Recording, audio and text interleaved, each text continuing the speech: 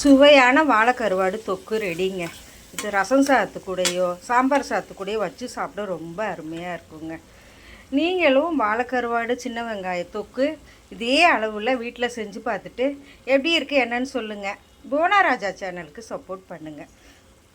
Ready ஆயிடுச்சுங்க.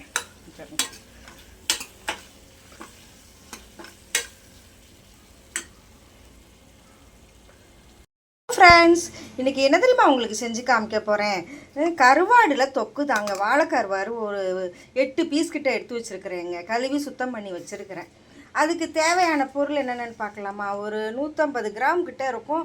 சின்ன வெங்காயம் நறுக்கி வச்சுருக்கிறேன்.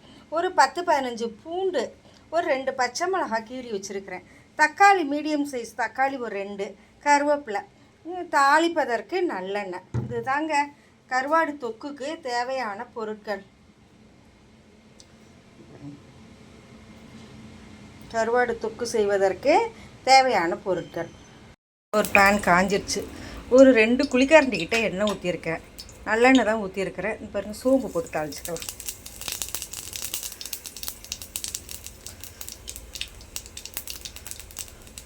சோம்பு போட்டு தாளிச்சிட்டு கருவேப்பிலை, சின்ன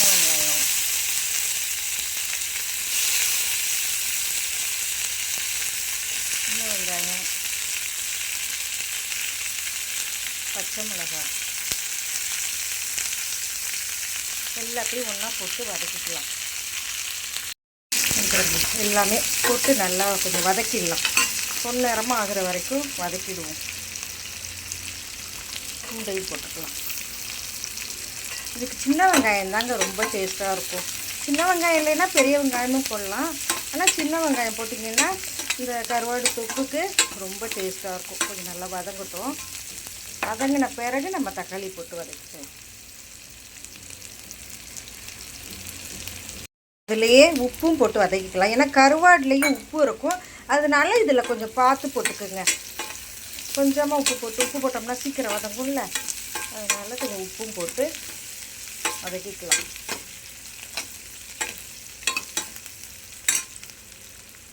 வதங்கட்டும்.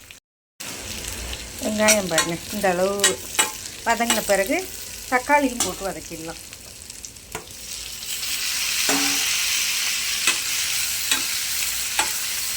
அதுலேயே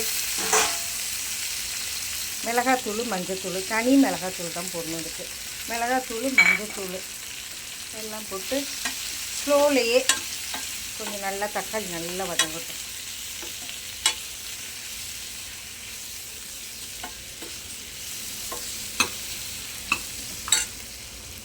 இந்த அளவு குலைவாக வெந்துருச்சு பாருங்கள் தக்காளி எல்லாம்.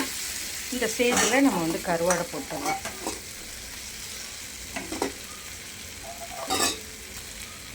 கருவாடை போட்டு ஒரு 5 நிமிஷம் ஸ்லோலையே, சும்மா ஒரு 1/4 டம்ளர் தண்ணி சேர்த்துட்டு ஸ்லோலையே வச்சு நம்ம வேக விட்டுடலாம். வேக விட்டுட்டு கொத்தமல்லி தூவி இறக்க வேண்டியதுதான். மூடியை போட்டு